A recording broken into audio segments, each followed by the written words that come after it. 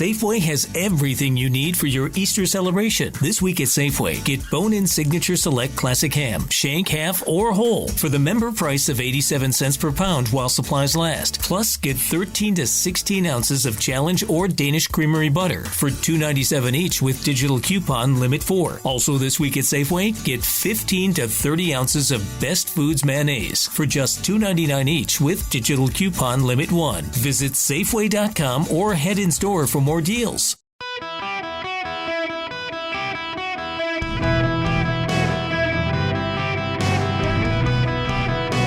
Welcome to the Eric Erickson Show podcast, Hour 3. Greetings across America, it's Eric Erickson here, and I'm delighted to have you with me. The phone number is 877-973-7425 if you want to be on the program. I want to read you a portion of a story here. I am fascinated by this. I am just fascinated. This story appears in the San Francisco Chronicle today, and I gotta imagine reading this, the level of ethnic stereotyping, among other things, and suggestiveness, but it's also fact-based. Just let me read you the beginning of this. Won't take long.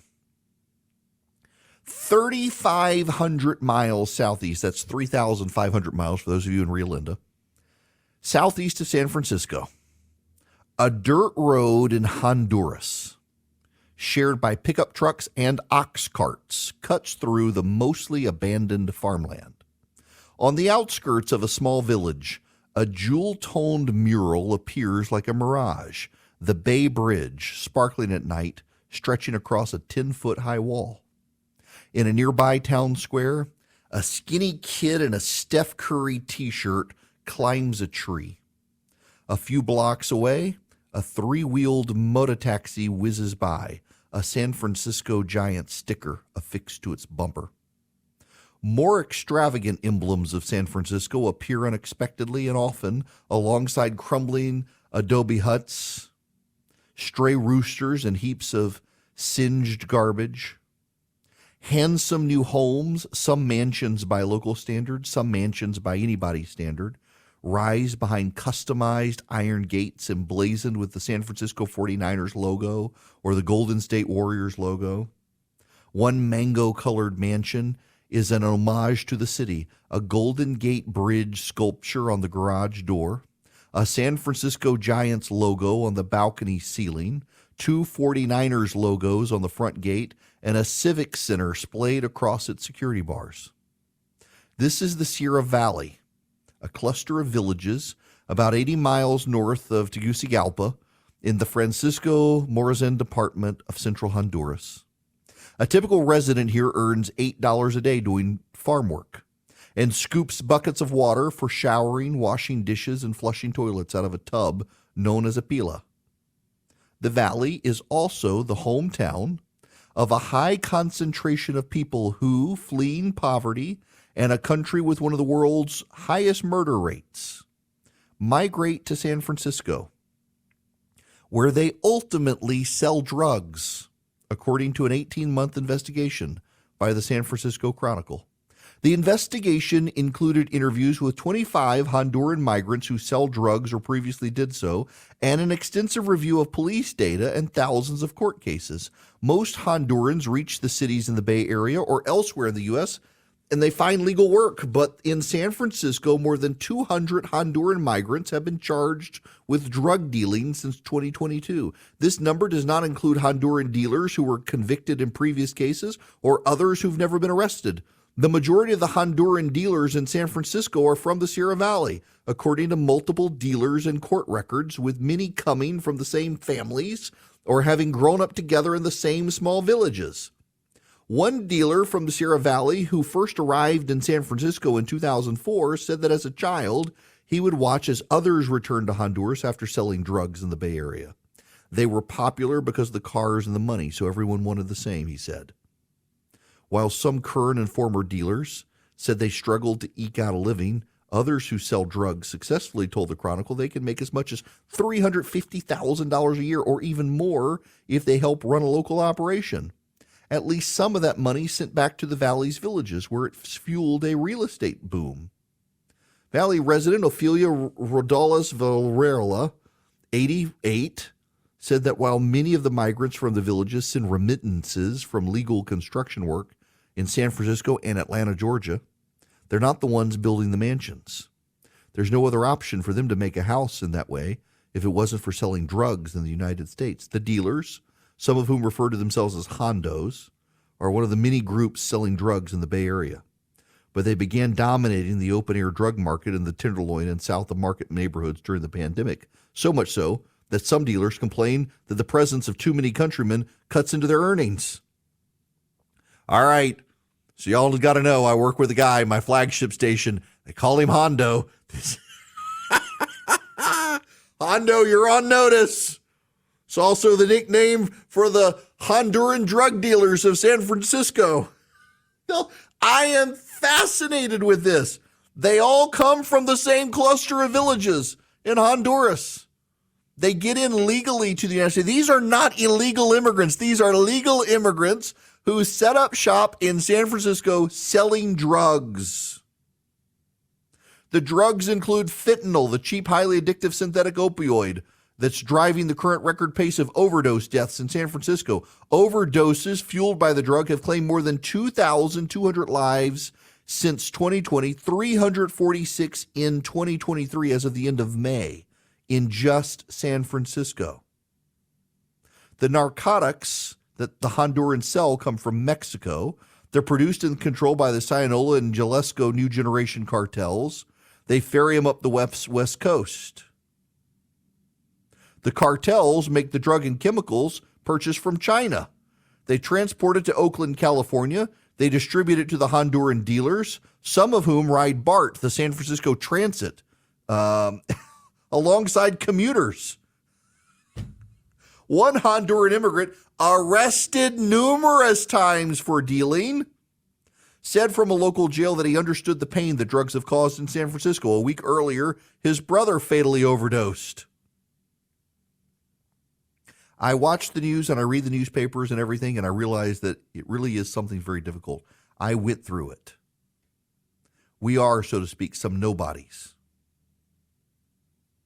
A retired police officer says the Hondurans have been the drug dealers in the Tenderloin district for 35 years. Now, here's key paragraph before I jump out of this and just into my own thoughts here. Like many other U.S. cities, San Francisco shifted years ago to treating drug use more like a disease than a crime. The heavy policing approach of the war on drugs era failed to slow dealers or decrease demand while overcrowding jails and disproportionately punished people of color. Now, one of the most progressive cities in the nation is fracturing over concerns that it's become too permissive. What to do about the Honduran dealers is a key political issue. So, all right, this is where we get off the crazy train, and we just point out they're worried about the disproportionate punishing of people of color. And what do we do about the Hondurans? Maybe they're white Latinos. How's about you just enforce all the laws? How's about you treat drug dealers as criminals and the open-air drug users as criminals, and you throw them all in jail? Oh, we can't do that. That's so insensitive. Y'all, San Francisco has fallen. And it's not alone. I just keep coming back to this, the Daniel Penny story. He was helping people on the subway who were being harassed by the homeless Michael Jackson impersonator who was insane. He puts the guy in a chokehold, turns him on his side so he doesn't choke. The guy still sadly dies. But Daniel Penny is now the bad guy, and liberal commentary is, well, you don't expect to die on the subway in New York City, but getting accosted by a homeless man, that happens all the time on the subway. It shouldn't, though. There's a cost to wokeism. Joey Jones, he's a commentator on Fox News. He fills it, I think, sometime on the weekend, Fox News. Great guy. Lives near Noonan, Georgia. Really just a genuinely great human being, put his life on the line for this country, lost his legs, just a brilliant person.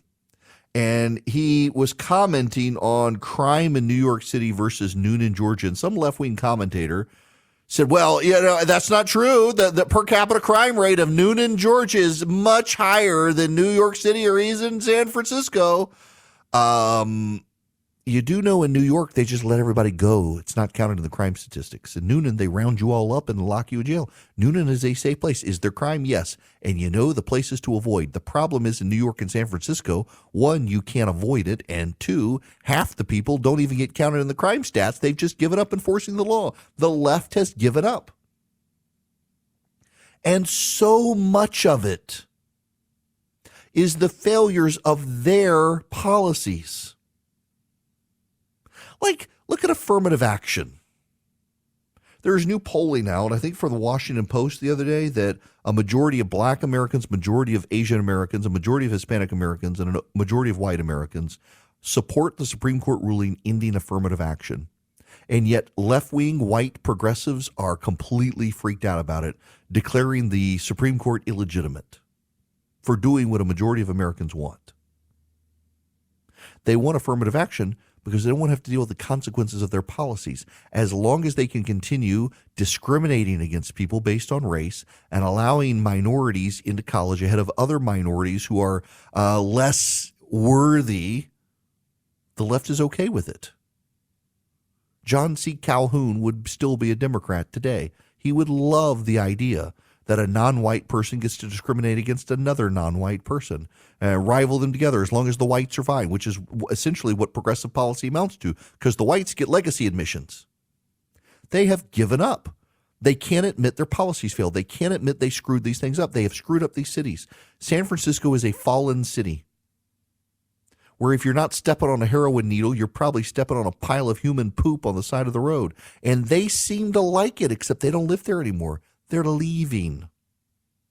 There's a massive news story today about the flight of the Alphabet Gang members from Florida, parents with trans kids moving from Florida. Thankfully, they're not coming to Georgia. They're going to New York. They're going to California. They're going to progressive enclaves. They're going to Denver, a lot of them.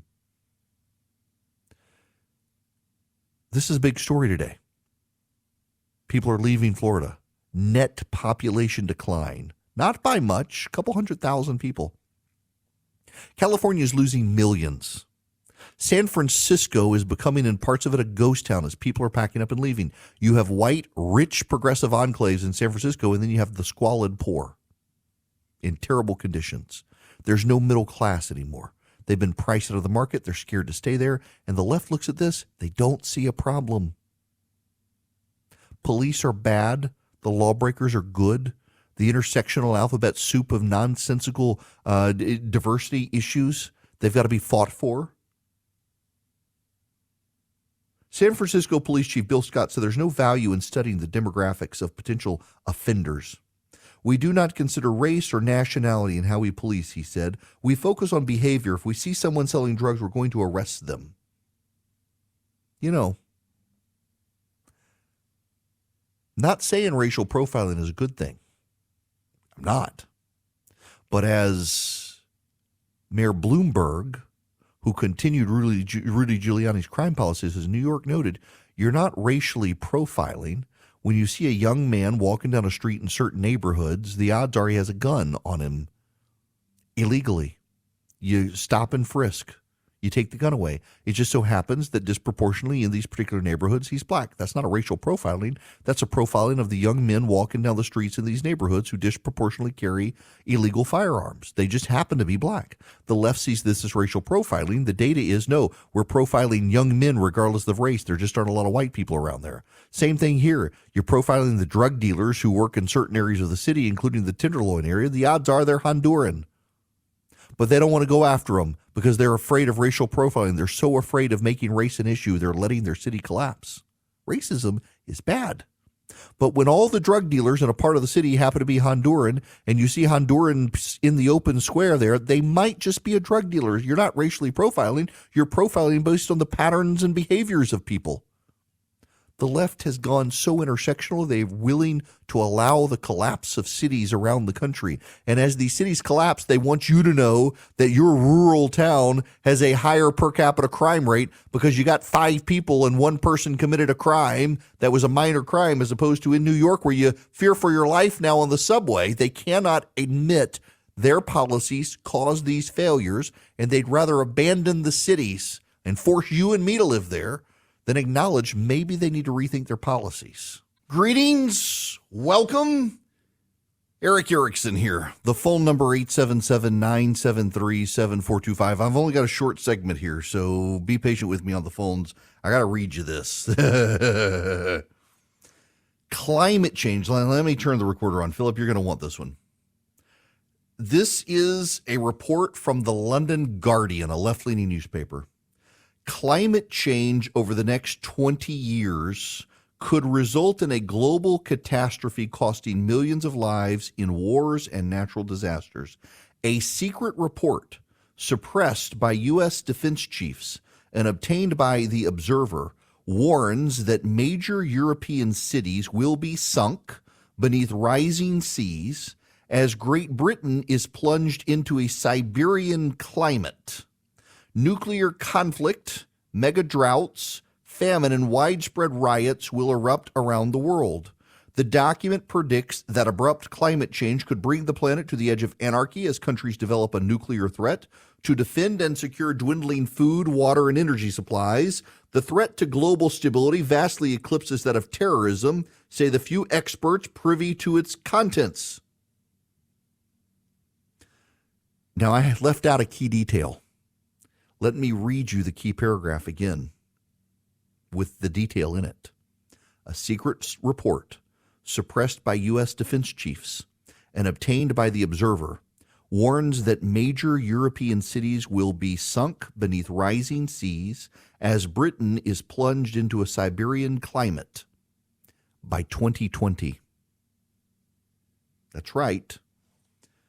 This is a 19-year-old news story from February 22nd, 2004, about the secret report from the Bush administration that Great Britain would be a Siberian climate.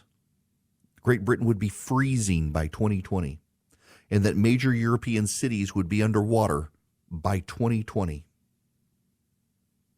And all of these activists were upset. Already, according to 2 people involved, the planet is carrying a higher population than it can sustain. By 2020, catastrophic shortages of water and energy supply will become increasingly harder to overcome, plunging the planet into war. They warned that 8,200 years ago, climate conditions brought widespread crop failure, famine, disease, and mass migration of populations that could be repeated by 2020. Well, here we are in 2023. Great Britain is not Siberia. Europe is not underwater. And we don't have a bunch of countries building nuclear weapons to fight off people wanting their food. This maybe should suggest we don't listen to the climate hysterics who want us all in battery-powered cars and windmills in our backyards. Greetings, my friends. How are you? It's Eric Erickson here. Delighted to have you with me. The phone number is 404. Oh, wait, wrong number. You almost got my cell phone. It's 877-973-7425. Now, let's go to Robert. Welcome to the show, Robert. How are you? I'm good. How you doing today, sir? Good. Right What's going on? Yeah, I just wanted to comment on the Honduran situation in California. I moved from the Bay Area in 2020, right at the beginning of the pandemic, essentially to get away from the extremely high cost of living out there, just a high-stress environment. But for the most part, the drug situation in San Francisco, the homelessness situation, the mental health situation has been perpetually getting worse for many years. It's been exacerbated by COVID, almost to the point where I do agree with what you mentioned, that San Francisco is essentially collapsing, and the state of society out there is getting pretty rough. So I appreciate your analysis, and attention to what's going on the West Coast. So, Robert, can you now, where did you move to from the Bay Area? Yeah, I moved out here to Decatur. Okay. All right. So can you talk, as someone who lived there, about the cost of living in San Francisco? Because I've read about it. I've had friends who've experienced it. I have friends who are still struggling to live out there. And I don't know that a lot of people really understand just how expensive it is to live out there. Yeah, I mean, I was born and raised out there, lived there through the 80s and 90s and 2000s, and have seen, my hometown, which is in the East Bay near Oakland, just get to the point where, whatever kind of American dream situation there might have been in the past is really almost out the window, where homes that might cost $300,000 to $400,000 out here are costing $900,000 to $1.4 million out there. Cost of gas, just cost of food, cost of living in general is way high and almost unsustainable for your average person.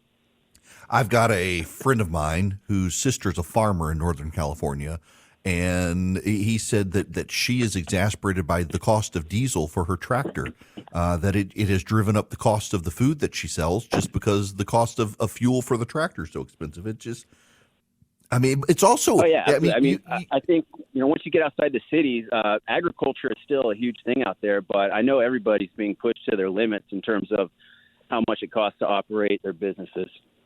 Well, but also, you got to acknowledge too, it is gorgeous out there. It is just one of the just delightful weather and just gorgeous places. And I've been to Half Moon Bay twice, and my goodness, it's just an incredible place.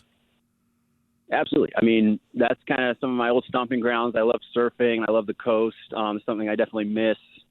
It's just extremely diverse area too. There's like 40 languages spoken in my high school when I graduated. So there is a lot of, very rich culture. But with that, and tying back into the Honduran situation, there's been Mexican factions, El Salvadorian factions dealing drugs around the Bay Area for many decades. So, I mean, I think you got folks coming in to capitalize on an already bad situation. But yeah, California is beautiful. I mean, Georgia's beautiful in its own way as well. So, well, listen, I appreciate you listening, and thanks for the phone call, and thanks for humoring me with my question. Shaw, it is kind of sad, just as an aside to Robert's point, Denver, Colorado is a gorgeous place.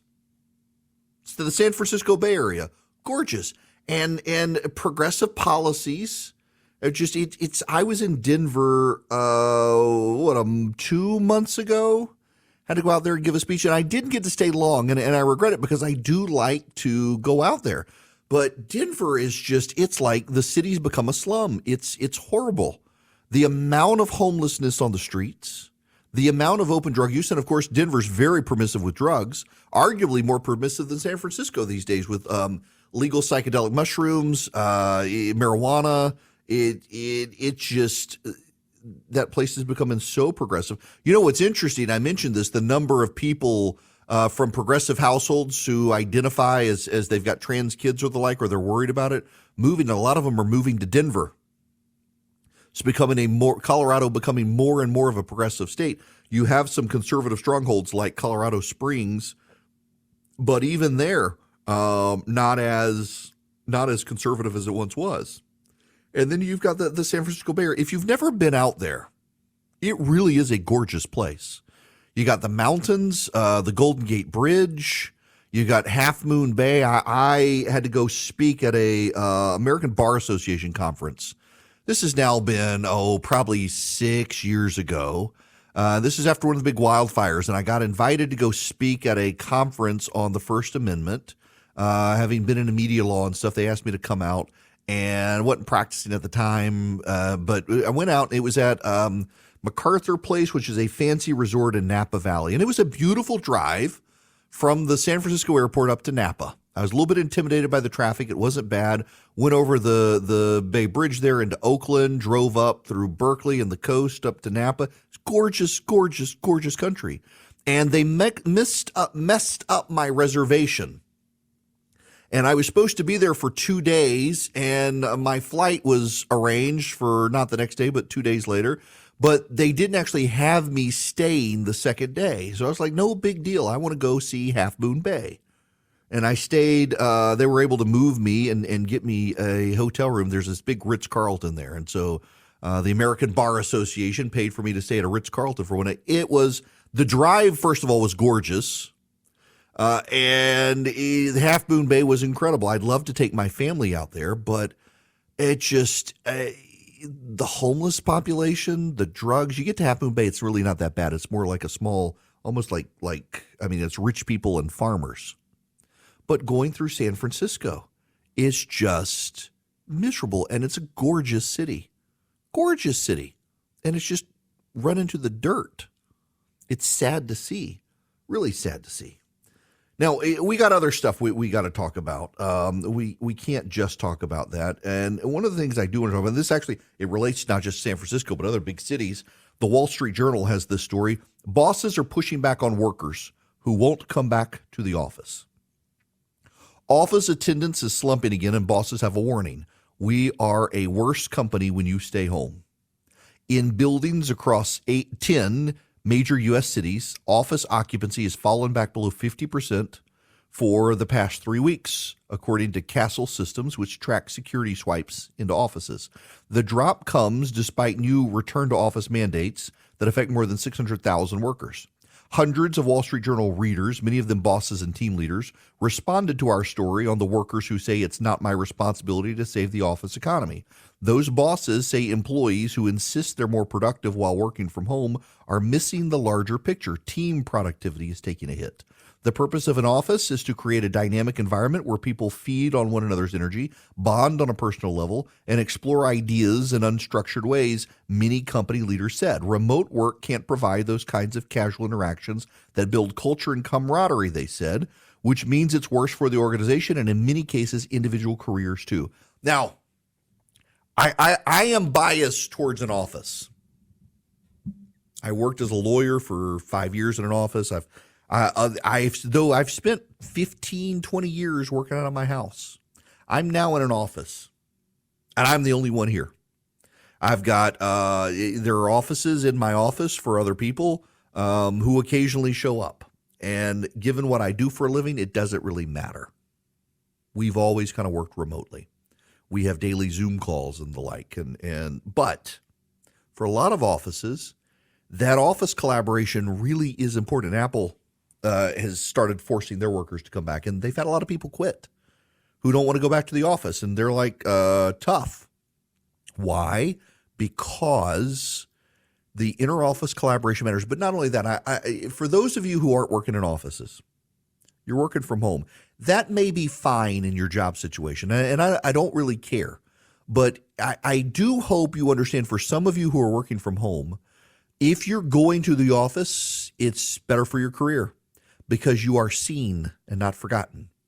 You are engaged not just with coworkers, but management sees you engaging. So when the next round of layoffs come, who do you think is going to get laid off first? The people who are in the office or the people who've decided to stay home? You know, one of my concerns, so my flagship station, WSB, they shut down the office during COVID like everybody else did. And then they started allowing people back into the office. But they were very cautious with letting people come back into the office during COVID. And I sent an email to the boss, and who was very responsive of it. And I said, you know, there are people who believe they need to be at the office to be seen. And there are people who are scared to death of this virus right now, and they're not going to come to the office.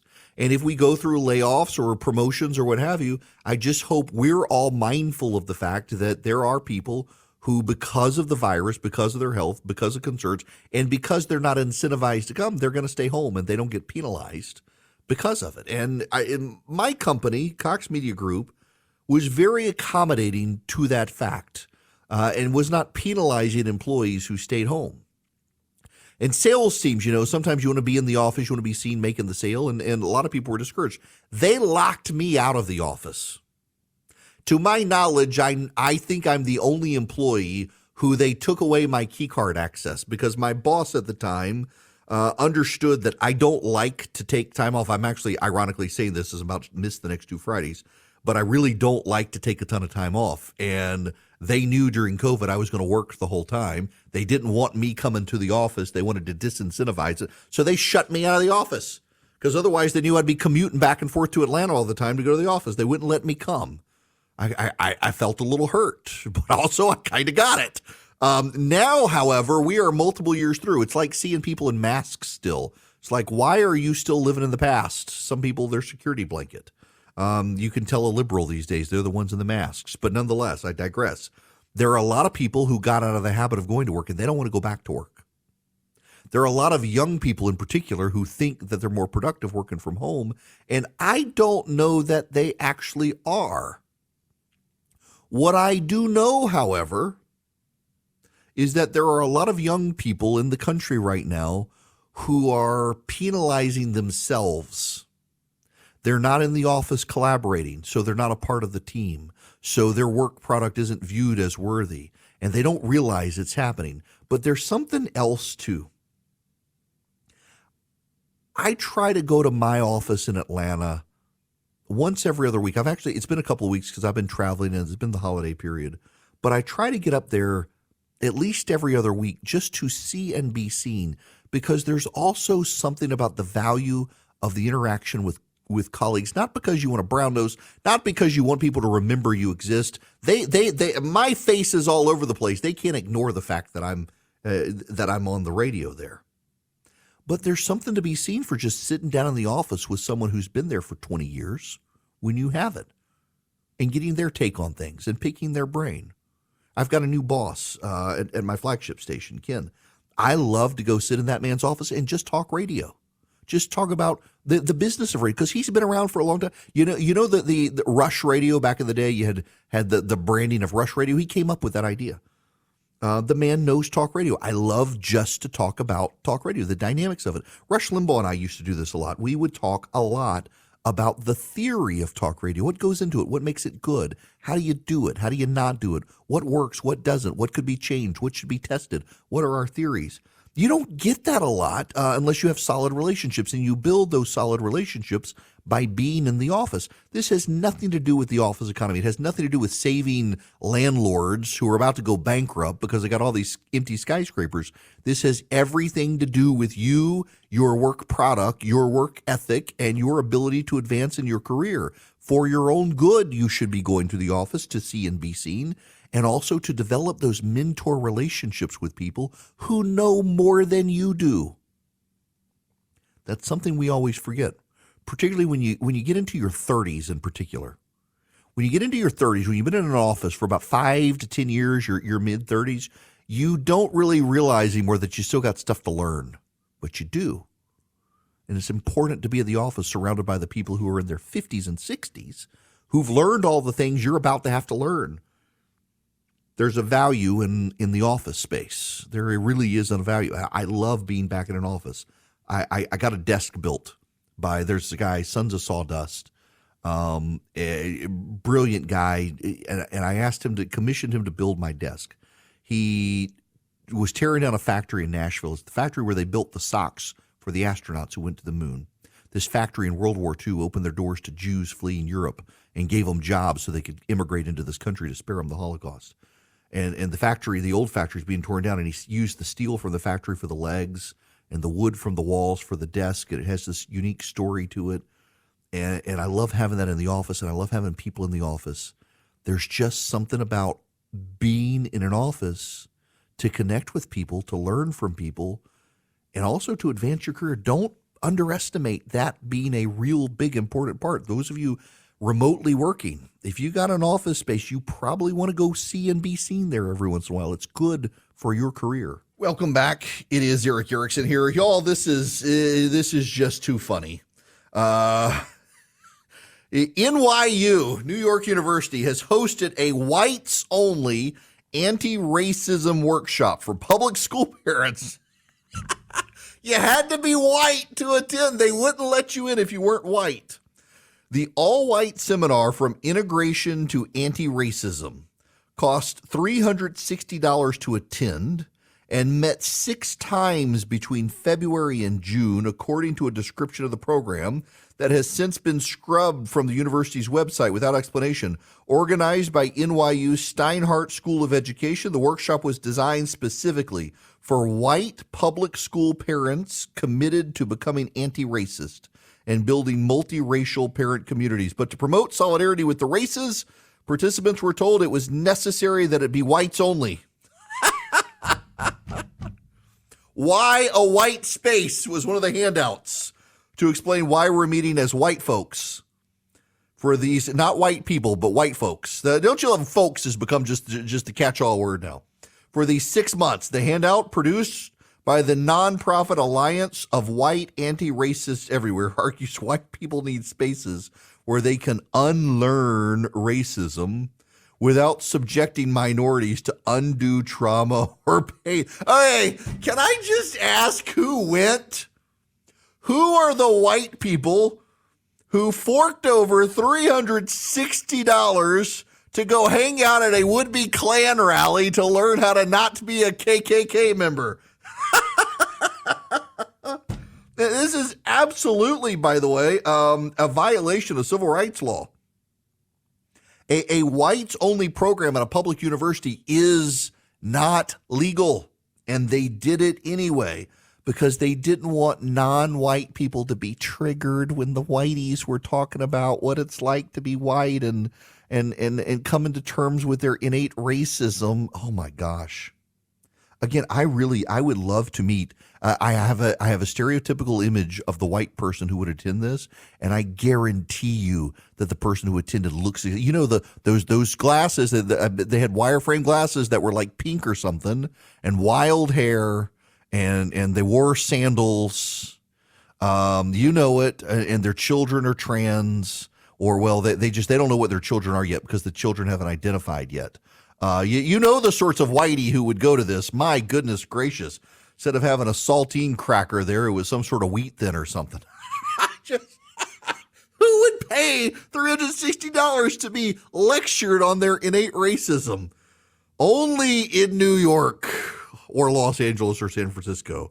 Progressives do, progressives, goodness. Step into the world of power, loyalty, and luck. I'm gonna make him an offer he can't refuse. With family, cannolis, and spins mean everything. Now, you wanna get mixed up in the family business. Introducing The Godfather at ChumbaCasino.com. Test your luck in the shadowy world of The Godfather slot. Someday, I will call upon you to do a service for me. Play The Godfather, now at ChumbaCasino.com. Welcome to the family. VGW Group. No purchase necessary. Void where prohibited by law. See terms and conditions. 18+.